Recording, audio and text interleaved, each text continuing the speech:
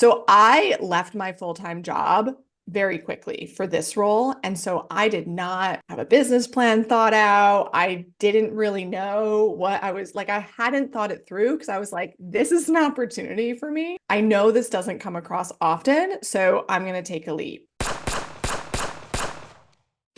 Welcome to How to Build a Profitable Nutrition Business. If you love nutrition and you love helping people and you want to be in the game long enough to keep doing that, then this is the podcast for you. Let's get into it. Welcome to How to Build a Profitable Nutrition Business. Today we've got an amazing guest called Alyssa Rumsey. Alyssa is a registered dietitian, nutrition therapist, and certified intuitive eating counselor. Alyssa is also the author of Unapologetic Eating, Make Peace with Food and Transform Your Life. Alyssa runs Rumsey Nutrition Consulting, a weight-inclusive practice that offers virtual consults, group trainings, and online programs. But none of that is why I got Alyssa on today. I come across Alyssa because she's one of the few dietitians out there that has an amazing course designed to help nutrition professionals grow their practice. Alyssa helps nutrition entrepreneurs grow their business of their dreams. She is the founder of Dietitian Entrepreneur Foundation course, an online program that teaches nutrition professionals how to set up and launch their nutrition business. Alyssa also runs The Liberated Clinician. This is a weight-inclusive group coaching program that combines business coaching and supervision, all done in community. What really shone through to me in this podcast is Alyssa's desire to truly help other nutrition professionals. She built products simply born out of the need to help other nutrition entrepreneurs. I hope you get as much out of this podcast as I did. Thanks. All right, so welcome back to How to Build a Profitable Nutrition Business. Today we are really fortunate to have Alyssa Rumsey from New York City in the United States. Now, I actually come across Alyssa because she is one of the few people that have actually put together a course for nutrition professionals, and it looks fantastic. And so I reached out to Alyssa and she kindly decided to come on our podcast. And she's got a fascinating journey that, I think will be really valuable to share with our audience. So how are you going, Alyssa? Hey, thank you so much. I'm doing well and excited to be here with you. Now, time zone wise, where are you? What are you, Monday afternoon? Monday evening, my Monday time. evening. Oh, Yeah. thank you so much. We're in Australia and it's now Tuesday morning, so it's great to always coordinate these things. Now your journey, you've been a dietitian for 15 years, and for 9 of them you've been in private practice. Can you tell me, or in business, I should say, we call it private practice here in Australia. Tell me about that journey. So, where you started off and then where it led for you today. Sure. So I actually started off my career, kind of backing up to when I was doing my training to become a dietitian. My original plan was to work in the sports nutrition field. That's originally what I wanted to do, working with athletes. And then here in the US at the time, we had to do a year-long internship after our undergraduate degree. And I ended up, totally surprised me. I fell in love with clinical nutrition care, specifically working in the intensive care unit. So I took a job. My first job as a dietitian was with a large medical center here in New York City, a big teaching hospital. And I thought I'd be there for maybe 2 years. And I was there for almost 7. And they were great because, I started in clinical and worked in clinical on the inpatient side, but they had a career ladder. So I got experience, doing a lot of other things, not just seeing patients. And so I got my start doing media work there. I got my start speaking and writing, doing social media there. I also, through them became a spokesperson for the Academy of Nutrition and Dietetics with the support of my manager. And that's what really turned me on to entrepreneurship. I never thought that I would be a business owner. I think I had a small thought of an idea way back when I was in my early 20s, but then, hadn't really thought about it until I started doing these other things through my clinical job and just seeing all the opportunities that were out there that I was really interested in. Oh, wow. Yeah. It can be a bit of a bug, can't it? Once you start your own business, I've always said that I think I'd rather do 12 hours for myself than 8 hours for someone else. Yeah. Yeah. And it was, I think too, I had started doing some different consulting and projects on the side. And I had realized okay, I've been here almost 7 years. I'm ready for something else. I was getting a graduate degree in health communications. And so I was looking for full-time roles in that, like the kind of food communication space, and just sort of realized as I was applying that those jobs were going to be such a small fraction of what I enjoyed doing and what I wanted to do. And the idea of being able to do lots of these different things at the time was really attractive to me. And I sort of was like, okay, the only way I can do all of these different things is if I work for myself. Yeah. Okay, so you bit the bullet and you went for it. What I did. what were the early learnings, or if you were to start again, what are the sort of things that you'd go back and change, do you think? Oh my gosh. Well, what I will say is that, so for me, I was working full time at the hospital. I was living in New York City, which is a very expensive place to live. Needless to say, I had not saved up a lot of money. I was single, living on my own. And so a big hurdle for me before I even thought about, or before I even tried to leave was, how am I going to pay for health insurance? And how am I going to do this when, I had like some money coming in from the consulting work I was doing?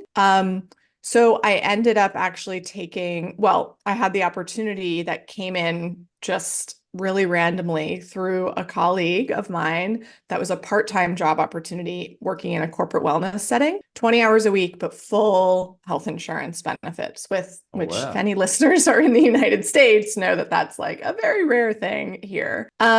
So I left my full-time job very quickly for this role. And so I did not have a business plan thought out. I didn't really know what I was like. I hadn't thought it through because I was like, this is an opportunity for me. I know this doesn't come across often, so I'm going to take a leap. So it was a very big learning curve because I didn't, I work with a lot of entrepreneurs and aspiring entrepreneurs. And, most people, I won't say all, but most people, I think, and I think this is what works well for most people, is you slowly build it on the side, right? And then you like kind of get to a point where you're like, okay, maybe I'm not fully ready, but I'm going to take the leap and go out on my own.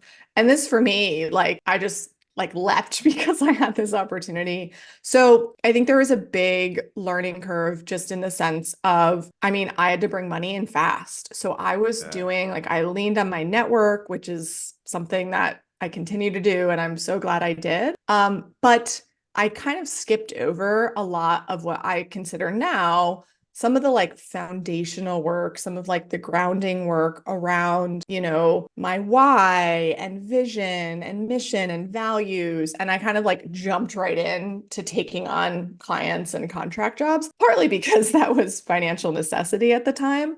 It was sink or Um, swim for you. You really had to just it make it was. work, didn't you? Yeah. No, It I can relate was. to, I relate to that because we were in a similar situation. So all of the things that you talk about, like mission and values, they all come later, which is crazy now looking back on it, isn't it? It is. It is because that's when I start working with folks that I'm like, this is where we're starting because this is the Yeah. grounding. And I also tell people too, right? Because for me, like it sounds similar to you, it came later. And I think too, like my business has shifted several times over the last 9 years. And I think these things can shift like as we change and as, we have different experiences as humans.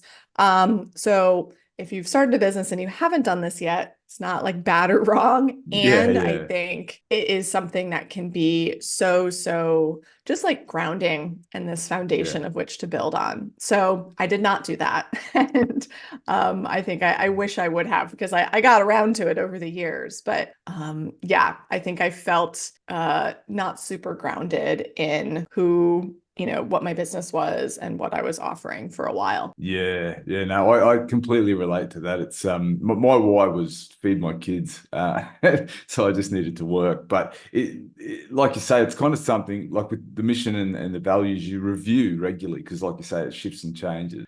So it's a great process to go through. It's but if you can, obviously, just try and do it first. Yes, So exactly. so you grew your business, and so I mean, you've clearly been successful at it, and you've been able to stick at it now for 9 years, which is better than a lot of people because, a lot of a lot of businesses don't sort of last more than 5 years. So what are the things that you've been able to implement that have been a bit of a success story for your business? I think for me, a huge thing at the beginning, and now this continues, is just leaning on relationships and building relationships. And that was something that, when I started my business, I'd been in the nutrition field for like 8 years or something like that, 7 years. And so I had built a lot of relationships. I was involved in our local dietetic association. I was involved at the state level, at the national level. Working at a large teaching hospital. We had, dozens of dietitians, lots of dietetic interns and students coming through. And so it was something that I was doing. And that was, in my early years, that was how I got almost all of my work for my first couple of years. Yeah. And I think, it's gone through phases, and I feel like it's kind of coming back for me full circle because for many years, search engine optimization is what has got me most of my clients. And now with like changes with AI and Google algorithm changes, I think it's still important. And I'm kind of coming back to these relationships are what is important too. And I'm always looking to refer people out and just being able to connect with people that are doing different things that might support my clients. So I think that's one of the things of just, having that network, like, and again, networking sometimes has like a negative connotation, but I think of it as like building really authentic relationships with people and not just like, one email, hey, here's my info if you want to refer anyone to me, but no, like building how you build any kind of relationship, friendship, partnership, like getting to know someone. And so that's something that I leaned on a lot at the beginning and certainly throughout my career too. And that I'm kind of coming back to and having conversations with a lot of entrepreneurs and business owners over the last year. I think it again is just such an important thing. We're such a personality profession, aren't we? Like we had staff throughout when we owned our business. And one of the key things I was looking for is the ability for someone to be able to communicate effectively and that was outgoing. And that's where that relationship building comes from, which when you own your own business is then, networking. Okay. So yes, like you say, it can have a negative term as if you're just trying to sort of use people. But like you say, it's actually about relationships. And I think dietitians are pretty great at creating relationships because our effectiveness as clinicians depends on how well we engage with our clients. And so that can work for business. Yeah. Absolutely. I think there's so many parallels in the work, because now I still have a small private practice and then I work with other clinicians and nutrition professionals. And I say the words parallel process like multiple times a week, I think, because the building relationships for our clients to help with their health and well-being. And then a lot of those, it's very transferable skills in terms of building relationships with other people who, we can start to network and work with. Yeah. No, I love that. And so something that is a passion of mine, and hence why we're talking, was that lack of business skills that, you can talk for the United States, but certainly in Australia, we've got, I think, over 50% of our dietitians or nutrition professionals in general that are going into private practice, so going into business. Yet a lot of our training is very clinical focused, and you would expect that, but there's very little in terms of actually helping someone survive as a business. And so, tell us about your journey, with building the course and sort of where you landed in that space. Yeah. So when I started my business, as I said, big learning curve. I had zero business training. And I had mentioned before that I was a spokesperson for the Academy of Nutrition and Dietetics for a couple of years, and not all of them were entrepreneurs, but many of them were. And so I had at my disposal these like really amazing friendships and connections and people who really like helped me get to that next level. And as I started talking with other dietitians, they were just kind of clueless. They're like, I don't have those people in my life. Like, I have no idea where to start when it comes to starting a business. And so back in 2017, I started hosting in-person weekend-long workshops in New York City called the Dietitian Entrepreneur Mastermind Retreat. And I assumed that that was going to be people like in the New York State area. I had people flying from all over the country and even some international, like coming to New York for this. And that blew my mind because for me, I was like, okay, yes, I think I have things to share, but also I wanted to get people in a room and really like talk things out and have time to, really work on the business. I know for me, it's so easy to just get like in the day to day to day to day and Yeah. not have time to step out and big picture. And so that was my goal. And then I thought, whoa, this is really a hole that is not being filled right now. Yeah. And so that started in 2017. And so I ran, I think, 11 or 12 of those over about 4 years. I was doing 4 a year. And then the pandemic happened, which was actually, it was great because, so I had one booked for March of 2020. Needless to say, we had to take it online and it worked so well, which I was not Amazing. really sure. It's like, Yeah. I don't know about doing, weekend long workshop online. And it worked really well. However, then I was kind of seeing, right, like, yeah, in March, people were very gung ho about being online. Within a few months, I don't know about you, I was feeling Zoom burnout. And so Yes. I thought, like, okay, I don't want to run this just as an online workshop, but what can I do to put this information out there? So, what I ended up doing was turning the parts of it that were for aspiring entrepreneurs into a self paced course, which is the Dietitian Entrepreneur Foundation course. And my goal with that, it's all self paced. And my goal with that was to, I think nowadays, I think it's very different from 2017 when literally I didn't know any business coaches. And now there are a lot or a lot more, let's say, in the There are. nutrition space. Yeah. And, it can be really expensive to hire a business coach. I wouldn't have been able to do that when I was first starting out. And so my goal has been to, put the information into a format that people can consume at their own pace, that they can go back to, that's really action oriented, while also, them not having to spend 5 to 10K to get their business off the ground. Because yeah, here in the US at least, like dietitians are still generally underpaid and really wanting Yeah. to support the profession in that way. Oh, that's amazing. Um, Australia's the yeah. same. Yeah. Like we're for the qualifications and experience that we have, we're an underpaid profession. So yeah, and like you say, the business coaches that they are expensive. Many worth every cent. I'm certainly not detracting Yeah. from that, but not everyone can afford it, particularly if you're a new graduate. So yeah, that's amazing to hear that. Yeah. Yeah. Thank you. And it's been, again, I take the feedback. And so I created that in 2020 and then just revamped it in the fall of 2023. So now it's all new material. Like I re-recorded everything because, obviously the business industry changes. And I was shifting and changing and kind of looking at business from a little bit of a different lens. And Yeah. so, yeah, it is now completely updated. And yeah, it's something I'm Amazing. really proud of putting out there. So do you still do in person at all now? Is it tempting to go back to any of that? I'm just thinking from a Uh, relationship perspective. yeah, no, that is a great question. And I have a colleague who's like, let's do it in person. I really want to do it in person. Yeah. I think where I am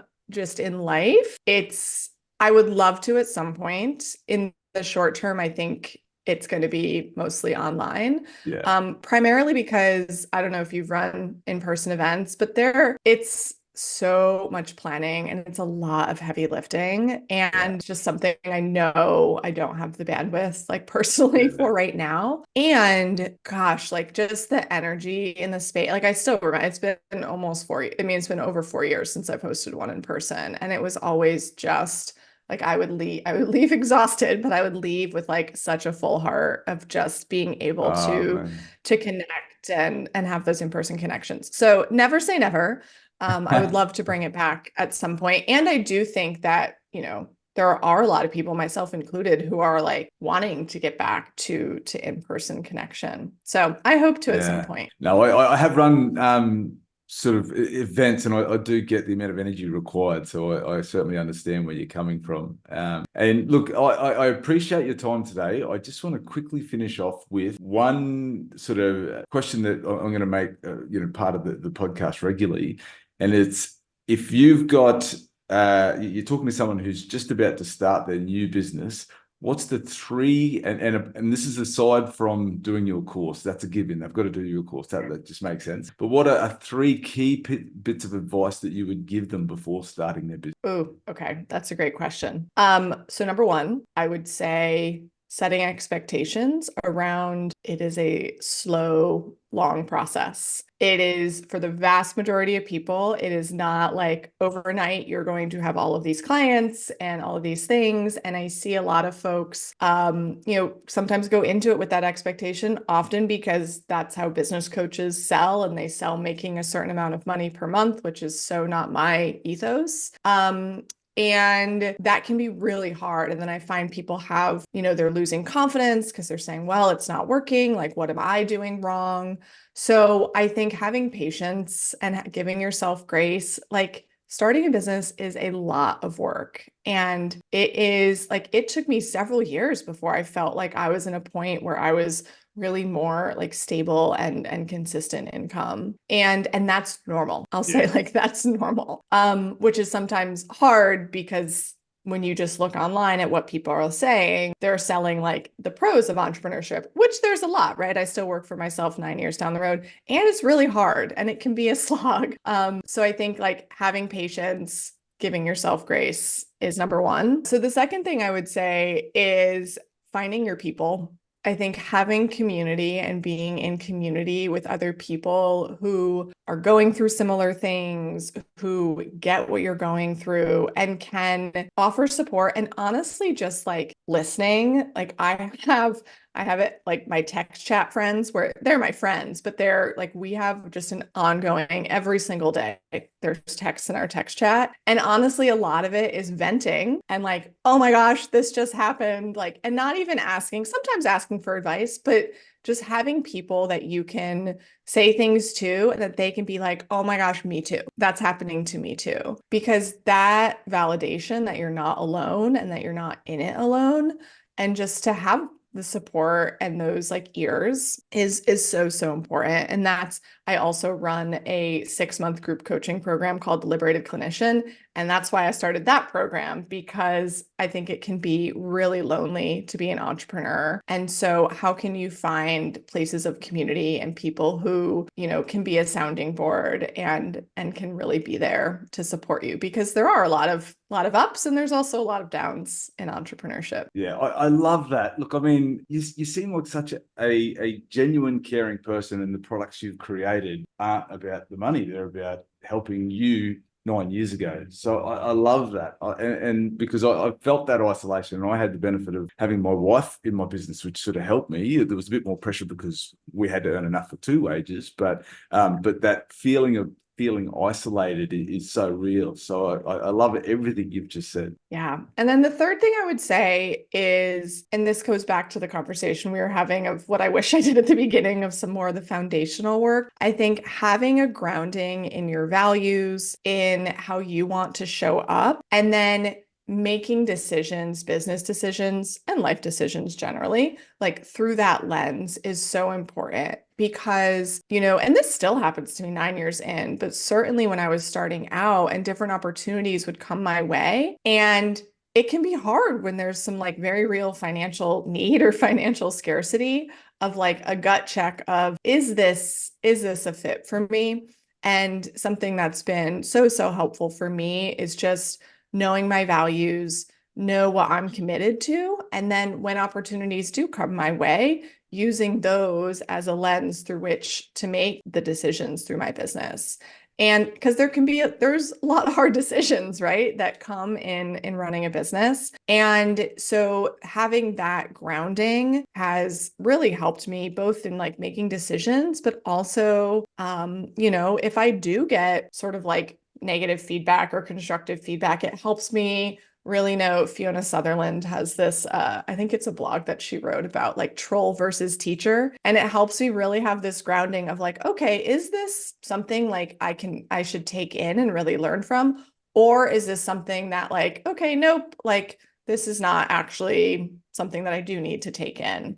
So it lets me be less reactive, less defensive when stuff does come up in that way, just of having that grounding. Yeah, I love that. Like a decision-making framework for your inner voice. Yeah, I can relate to that one as well, because like sometimes your negative voice can take over and you take everything on board, and some things you just need to let go and move on. So yeah, that's great. 3 really key bits of advice that I think any person starting out or a veteran in nutrition business could benefit from. Thank Right, you. Alyssa, so where can any of our listeners listening to this get in touch with you or follow you or learn more about your course or the Liberated Dietitian? Like, what's the best way for people to get in touch? Yeah, so my website is alissarumsey.com. And then if you want to learn more about the Entrepreneur Foundation course, that's that self-paced course, that's alissarumsey.com/foundation course. And then the Liberated Clinician is also a program I run twice a year. So that's a live program. And that's alissarumsey.com/TLC. I also have, and I can send you these links for the show notes, but I also have a lot of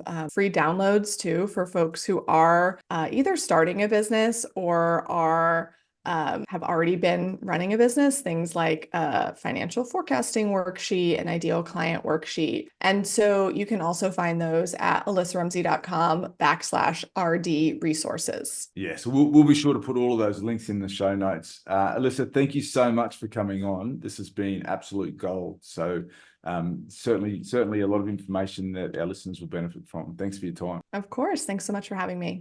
Did you find this podcast valuable? There may be other nutrition professionals out there will also. If you like, share, and subscribe, it's going to help other nutrition professionals make an impact on the world just like you. Thanks.